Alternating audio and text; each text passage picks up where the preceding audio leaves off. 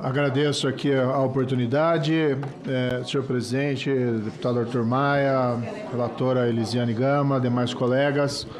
Eu desde o início falei que era contra as invasões e destruições que aconteceram no dia 8 de janeiro. Manifestações pacíficas dentro de uma democracia são normais. Houve ali uma exorbitância que resultou num episódio que, infelizmente, até prejudica o exercício normal da oposição a um governo que se prolonga e um governo que, na minha avaliação, é um governo muito ruim. Agora, a questão principal que a CPMI deveria descobrir com as investigações é se esse 8 de janeiro foi um golpe, uma tentativa de golpe, ou foi um momento de exorbitância, de ânimo de multidão. Não foi resolvido. E aqui eu adianto que não consigo compartilhar com os entendimentos da relatora no voto que apresentou, no relatório que apresentou, porque não existem evidências concretas ali apontadas de que 8 de janeiro teria sido, de fato, uma tentativa de golpe. Eu quero aqui fazer um registro muito importante, na minha opinião.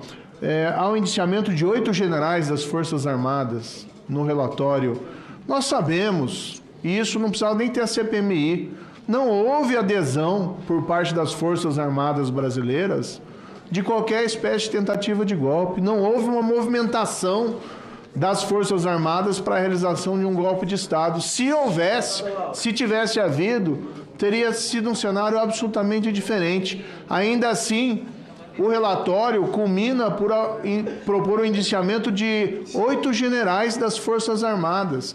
Claro que as Forças Armadas merecem respeito, não precisam ser tratados como uma instituição sagrada, acima da lei, mas para que nós possamos propor o indiciamento de generais da cúpula, almirantes, da cúpula das Forças Armadas, nós precisamos ter evidências concretas. E o que o relatório basicamente coloca?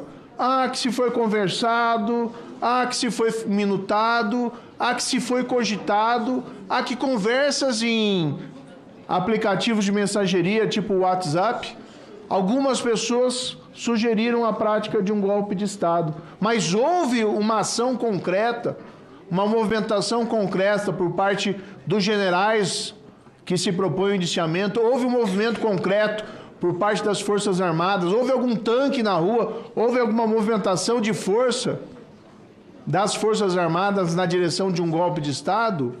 Não houve.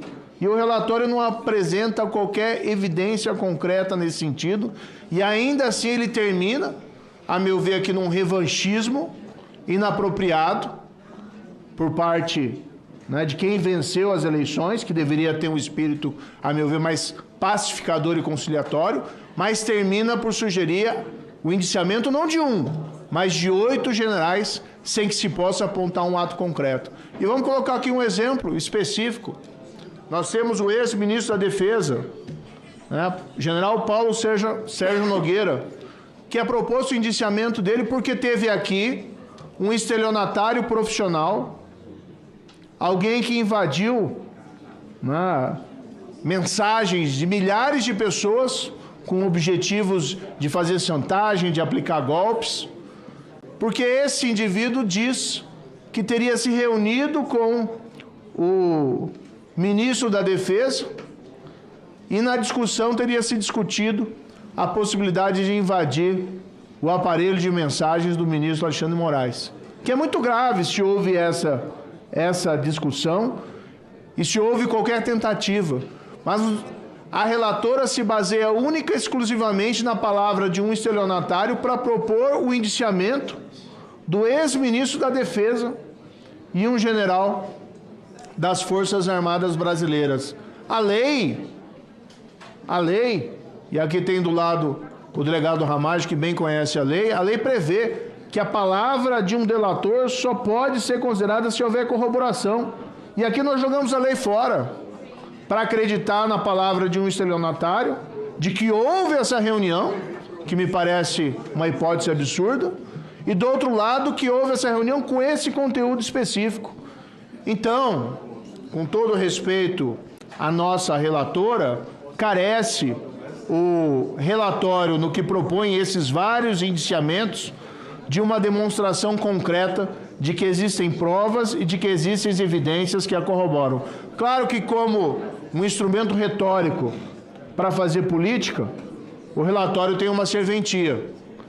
Como um instrumento jurídico e como um instrumento de reconstrução da verdade, o relatório falta qualquer substância, em especial quando propõe uma série de indiciamentos relacionados a um golpe de Estado que não ficou evidenciado pelas provas aqui colhidas. Lembro até hoje, em uma discussão que tivemos aqui, baseado em mensagens de WhatsApp, de um desses generais do Exército, que a última mensagem termina afirmando, então não vai haver nada? Não, não vai haver nada. E de repente agora nós estamos desconsiderando esse material probatório. Como se não bastasse, e aqui há uma grave falha do relatório, foi absolutamente desconsiderado que os eventos do 8 de janeiro já aconteceram durante o governo Lula, que foi avisado reiteradamente pelos órgãos de inteligência, seja a BIM, seja a própria inteligência da Força Nacional do Ministério da Justiça, de que haveria risco de invasão e de destruição de patrimônio público. E, no entanto, ficaram deitados em berços esplêndidos as forças de segurança. O batalhão da Guarda Presidencial não foi acionado pelo ministro G. Dias, que, como chefe, tinha a responsabilidade. Causa para mim espécie que o relatório busque responsabilizar integrantes do GSI por uma afirmada omissão e deixe o chefe, o cabeça, de fora, numa situação surreal. Quem responde é o chefe, quem responde é o ministro. É ele que tem a responsabilidade última. E aqui ele foi avisado pessoalmente pelo diretor da BIM, que depois, nesse recinto, e disse, eu avisei o ministro G. Dias de que haveria risco de invasão e destruição de patrimônio público. E o GSI, comandado pelo Gonçalves Dias, não acionou o batalhão da Guarda Presidencial, que estava de prontidão.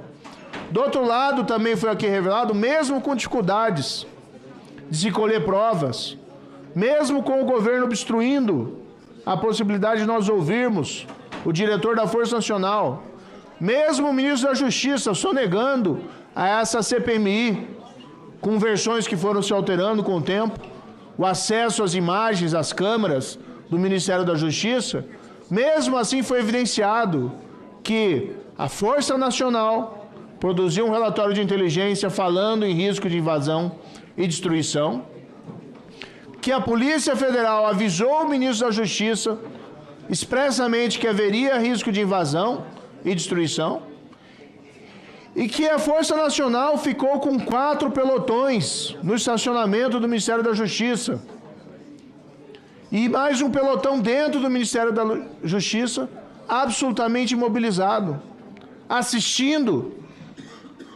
a invasão do Congresso, assistindo a invasão do Supremo, assistindo a invasão do Palácio do Planalto ali ao lado. E quais são as justificativas? Ah, não teve autorização do governador do Distrito Federal. Falso. A Força Nacional interveio no passado, sem autorização do governador do Distrito Federal. E ainda que assim não fosse, não se vê uma casa, e aqui utilizo uma metáfora, pegando fogo, e se tem um balde da água, e não se faz nada. Tinha, sim, o Ministério da Justiça condições de evitar que aquele mal acontecesse, e a urgência reclamava uma ação. E, no entanto, o Ministério da Justiça se omitiu completamente. Quando se junta a omissão do general Gonçalves Dias com do ministro da Justiça, o que se tem é um padrão, e não um acaso. E essa é uma das principais falhas aqui do relatório, porque, sem evidências, constrói a teoria do golpe de Estado, e que se houve, não há evidências que foram produzidas por essa CPMI, ou que constam nesse relatório, e do outro lado deixa de lado a responsabilidade, que também é importante, porque quem invadiu o Supremo e destruiu o patrimônio público tem que ser responsabilizado.